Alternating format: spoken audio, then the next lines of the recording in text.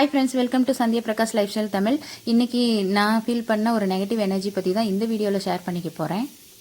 Okay friends, இப்போ பார்த்தீங்கன்னா Friday morning தான் இது. பாருங்க, கிச்சன் எல்லாம் எவ்வளோ மெஸ்ஸியாக இருக்குது அப்படின்ட்டு. ஏன் அப்படின்னா பார்த்தீங்கன்னா, நான் ஆல்ரெடி சொன்ன மாதிரி தான் அந்த நெகட்டிவான வைப்ஸ் தான். சில பேர் சொல்லலாம் சோம்பேறித்தனமாக இருந்துட்டு நெகட்டிவான வைப்ஸா அப்படின்னு நினைக்கலாம். பட் நான் எப்பவுமே பார்த்தீங்கன்னா நம்மளோட விளாகெல்லாம் தொடர்ந்து பார்க்குறவங்களுக்கு தெரியும். ஃப்ரைடே வந்து இப்படி வச்சிருக்கவே மாட்டேன். முன்னாடி நாளே எல்லாமே கிளியர் பண்ணிட்டு அடுப்பெல்லாம் கோலம் போட்டு சுத்தமாக வச்சுருப்பேன். பட் என்னால் வந்து செய்யணும்னு நினச்சாலுமே செய்யவே முடியலை. வெளியில் எங்கேயாச்சும் போனால் ரிலாக்ஸாக நல்லா இருக்கிற மாதிரி இருக்குது.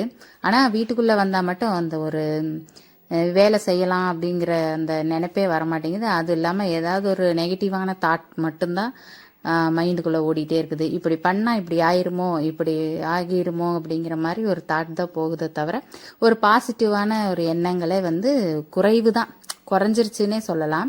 அது மட்டும் இல்லாமல் அதுக்கு தகுந்த மாதிரி உப்பு சிந்துறது, சர்க்கரை சிந்துறது, இந்த மாதிரி நிகழ்வுகள் எல்லாம் கூட நடந்துகிட்டே இருக்கு. இதெல்லாம் வந்து தீய சக்திகள் அப்படின்னு சொல்ல முடியாது, நெகட்டிவான ஒரு நெகட்டிவ் வைப்ஸ் தான் அப்படின்னு சொல்லலாம். மேபி ஒருவேளை இந்த மாதிரி மெஸ்ஸியாக இப்படி வச்சுட்டு இருக்கிறது கூட ஒரு ரீசனாக இருக்கலாம். ஆனால் செய்ய முடியாத அளவுக்கு இருக்குது இல்லைங்களா. நம்மளோட ஆல்ரெடி விளாக்ஸ் எல்லாம் போய் பார்த்தீங்கன்னா தெரியும். Friday vlog, puja vlog, Varalakshmi vlog எல்லாமே கொடுத்துருக்கேன். கண்டிப்பாக விசிட் பண்ணி பாருங்கள். ஏன் கிளீனிங் விளாகே கொடுத்துருக்கேன். எனக்கு தெரிஞ்ச சின்ன சின்ன டிப்ஸோடையே கிளீனிங் விளாக் கொடுத்துருக்கேன். இப்போ இந்த வீடியோவிலே பார்த்தீங்கன்னா மார்னிங் தான் சமையல் பண்ணிக்கிட்டே அப்படியே எந்த பாத்திரமும் இல்லை, ஒரு பாத்திரமாக வாஷ் பண்ணி சமையல் பண்ணிக்கிட்டே அப்படியே க்ளீன் பண்ணியிருப்பேன். வீடியோ எண்டிங்கில் பார்த்தீங்கன்னா க்ளீன் பண்ணி முடிக்கவே பார்த்தீங்கன்னா ஈவினிங்கே ஆயிடுச்சுன்னு சொல்லலாம். மதியம் கிட்டத்தட்ட 12-12:30 ஆயிடுச்சு. ஆஃப்டர் ஆல் இந்த கிச்சன் மட்டுமே க்ளீன் பண்ணி முடிக்கிறக்கே ஆஃப்டர் ஆல்னு சொன்னதே தப்பு. ஏன்னா கிச்சனில் தாங்க அவ்வளோ ஒர்க் இருக்குது.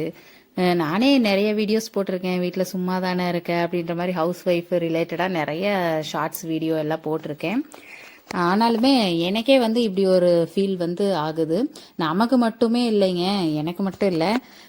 நம்ம வீட்டில் பார்த்தீங்கன்னா என் ஹஸ்பண்டுமே பார்த்தீங்கன்னா அவருக்குமே வெளியில் போனால் கொஞ்சம் நல்லா இருக்கிற மாதிரி இருக்குது. வீட்டுக்குள்ளே வந்தால் ஒரு டயர்ட்னஸ்ஸு, அப்புறம் உடம்பு சரியில்லாமல் இருக்கிறது, ரொம்பவுமே ஒரு மாதிரி நான் ஆல்ரெடி சொன்ன மாதிரி தான் நெகட்டிவ் தாட்ஸே தான் இருக்குது அப்படின்னு சொன்னேனே, அதே போல் தான் அவருக்குமே இருக்குது அப்படின்ற மாதிரி சொன்னார். அதுக்கு கூட இப்போ போட்டிருக்கிற ஷர்ட்டு கூட மறந்துட்டு ஒர்க்குக்கு போனார்.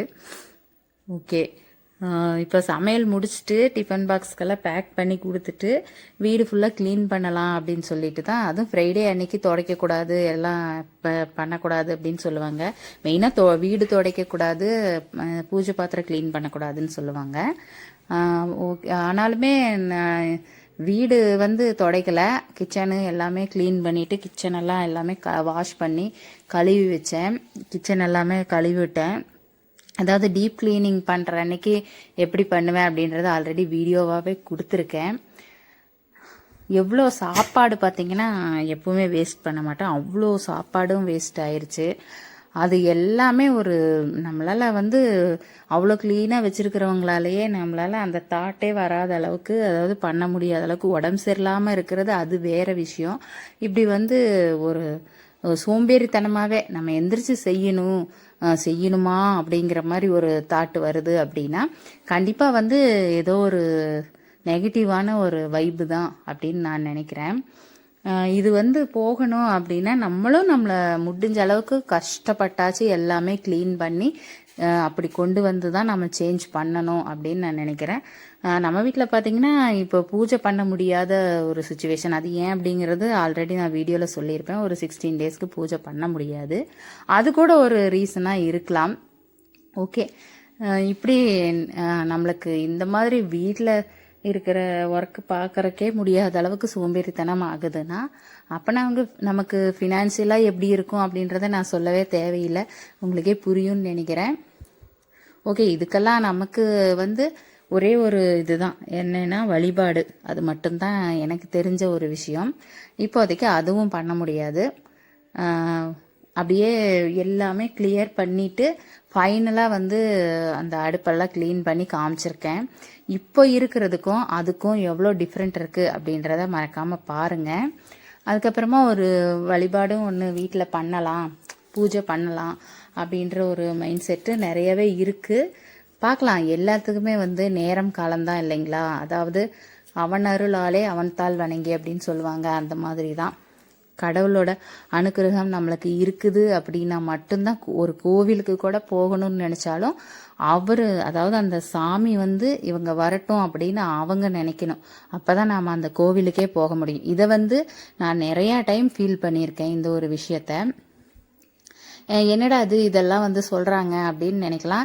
என்ன மாதிரி நிறைய பேர் திங்க் பண்ணிட்டு இருக்கலாங்க. என்னடா அது வெளியிலலாம் போனால் நல்லா ஜாலியாக இருக்குது, டக்குன்னு வீட்டுக்குள்ளே வந்தாவே ஒரு மாதிரி மைண்டு ஸ்ட்ரெஸ்ஸாக சோம்பேறித்தனமாக இப்படி இருக்கே அப்படின்னு எத்தனை பேர் ஃபீல் பண்ணிட்டு இருக்கீங்க? எத்தனை பேருக்கு இப்படி ஒரு தாட் இருக்குது, இப்படி ஒரு பிரச்சனை இருக்குது அப்படின்றத மறக்காமல் கமெண்ட்டில் சொல்லுங்கள். ஓகே, இப்போ பார்த்தீங்கன்னா ஃபஸ்ட்டு வந்து ஸ்கூலுக்கு பேக் பண்ணி எல்லாத்தையும் கொடுத்து அனுப்பிட்டு அதுக்கப்புறமா வீடெல்லாம், அதாவது கிச்சன் மெயினாக க்ளீன் பண்ணி வச்சுருக்கணுங்க. மெயினாக அங்கேருந்து தான் எல்லாமே ஸ்டார்ட் ஆகுது இல்லைங்களா. பாருங்கள், ஒரு நாள் ஒரு கேர்லெஸ்ஸாக விட்டுட்டாலுமே அந்த கிச்சனோட நிலவரம் எப்படி இருக்குது பாருங்கள். காலையில் எழுந்திரிச்சா அதுவே வந்து ஒரு பெரிய டென்ஷனாக இருக்குது. இப்போவே பார்த்தீங்கன்னா ரொம்ப டென்ஷனாக அதை கொண்டு போகாமல் ஓரளவுக்கு ரிலாக்ஸாக நம்ம சரி எப்படி இருந்தாலும் நம்ம தானே பண்ணி ஆகணும் அப்படின்னு சொல்லி நம்ம பண்ணிக்கிட்டோம்னா ஒன்றும் பிரச்சனை இல்லை. இப்போ பெருசாக சமையல் பார்த்தீங்கன்னா பெருசாக ஒன்றும் செய்யலை. ஏன்னா உங்களுக்கே தெரியும், அதெல்லாம் க்ளீன் பண்ணும், அப்புறம் நிறைய ஒர்க் இருக்குது. ரெண்டாவது லேட்டாக தான் எழுந்துக்கிட்டேன், அதுவும் ஒரு ரீசன். இப்போ பார்த்தீங்கன்னா சும்மா இந்த சோயா சங்க்ஸ் வச்சு ஒரு கிரேவி செஞ்சுட்டு சாப்பாடு வச்சுட்டு அதுக்கப்புறமா ஸ்நாக்ஸ் வந்து கடையில் தான் வாங்கி கொடுத்தேன் தம்பிக்கு. அன்ஹெல்த்தி தான் அதெல்லாம், இது இருந்தாலும் என்ன பண்ணுறது. அதுவும் இல்லாமல் அவன் வந்து இந்த சுண்டல் இந்த மாதிரி வேக வச்சு தாளித்து கொடுத்தாலுமே வீட்டில் பண்ணி கொடுத்தா எப்படியோ சாப்பிட வச்சிடலாம். ஏன்னா ஃப்ரெஷ்ஷாக செய்கிறதுனாலையே என்னவோ, அதில் பாக்ஸில் போட்டு கொடுக்கறதுனாலே என்னவோ அவன் அங்கே வந்து சாப்பிட்றதில்ல. பிள்ளைங்களுக்கு ஹெல்த்தியாக கொடுக்குறோன்னு சும்மா பேருக்கு போட்டு கொடுத்துட்டா போதுங்களா, அவங்க சாப்பிடணும் இல்லைங்களா. அதனால் வந்து அவனுக்கு என்ன பிடிக்குதோ அதை போட்டு கொடுத்து அனுப்பிடுவேன். வீட்டில் வேணால் ஈவினிங் ஸ்நாக்ஸ் வேணால் ஏதாவது ஹெல்த்தியாக நான் முடிஞ்ச அளவுக்கு செஞ்சு கொடுத்துருவேங்க. அவங்களுக்கு செய்கிறதுல வந்து எந்த ஒரு காம்ப்ரமைஸும் இல்லை. அது வந்து நான் செஞ்சு கொடுத்துருவேன். ஏன்னா அவங்க வந்து நம்மளை நம்பி இருக்காங்க இல்லைங்களா குழந்தைங்க, அதனால். ஓகே, இப்போ வந்து சிக்கன் கிரேவி ஸ்டைல்லையே சோயா சங்க்ஸ் கிரேவி செஞ்சுட்டு அதை தான் எல்லாத்துக்கும் போட்டு கொடுத்துட்டு அதுக்கப்புறமா க்ளீன் பண்ணி ஃபைனல் லுக்கு பாருங்கள் எப்படி இருக்குதுன்னு. அதுக்கப்புறம் தாங்க எனக்கே வந்து நல்லா இருந்துச்சு.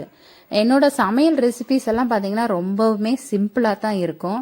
நம்மளோட பிளேலிஸ்ட்டில் போயிட்டு மை ஸ்டைல் ஆஃப் குக்கிங்கிற பிளேலிஸ்ட் கிளிக் பண்ணி பார்த்தீங்கன்னா, அதாவது ரொம்ப செலவு ஆகிற மாதிரியோ இல்லை இப்போ இருக்கிற அந்த சாஸு அது இதுன்னு யூஸ் பண்ணியோ நான்லாம் சமையல் பண்ண மாட்டேன். அந்த மெத்தட் எனக்கு தெரியவும் தெரியாதுன்னு வைங்களேன். அதனால் எனக்கு தெரிஞ்ச மாதிரி சிம்பிளான சமையலாக தான் இருக்கும். ரொம்ப செலவு அதிகமாக பண்ணிக்க மாட்டேன். ஓகே, இவங்களுக்கு ஃபஸ்ட்டு பேக் பண்ணி கொடுத்துட்டு பாருங்கள், அதுக்கு இதுக்கும் ஓடுறதா இருக்குது. சிங்க்குக்கும் இந்த கிச்சனு இந்த ஸ்டவ்வுக்கிட்டையும் அதுக்கு இதுக்கும் ஓடி ஓடி வர மாதிரி இருக்குது. ஏன்னா வந்து பாத்திரமும் அங்கே எல்லாம் கஜகஜன்னு கிடக்குது. அப்புறம் எல்லாத்தையும் ஃபஸ்ட்டு இவங்களை கிளப்பி விட்டுறணும். அதுக்கப்புறமா காகத்துக்கு டெய்லியுமே சாப்பாடு வச்சுட்டு தான் இருக்கேன். இப்போ பாருங்கள், நான் சொன்னேன் இல்லைங்களா, இதுதான் லஞ்சுக்கு வந்தவர் சரட்டை மறந்துட்டு வெளியில் போகிறாரு. அந்த அளவுக்கு வந்து அது ஒரு தாட்டாக இருக்குது அவருக்கு. பண்ணியாக தான் இருந்துச்சு அந்த டைமில்.